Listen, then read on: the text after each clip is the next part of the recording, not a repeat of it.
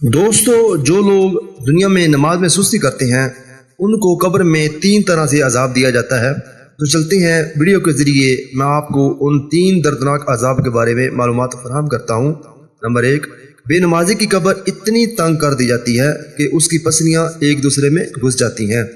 Number 2، بے نمازی کی قبر میں آگ جلا دی جاتی ہے۔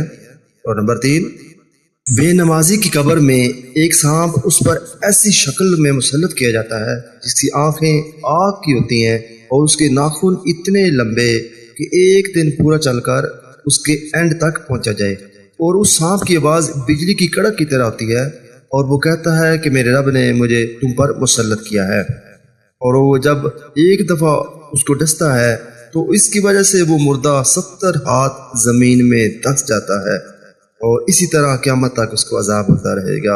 استغفر اللہ۔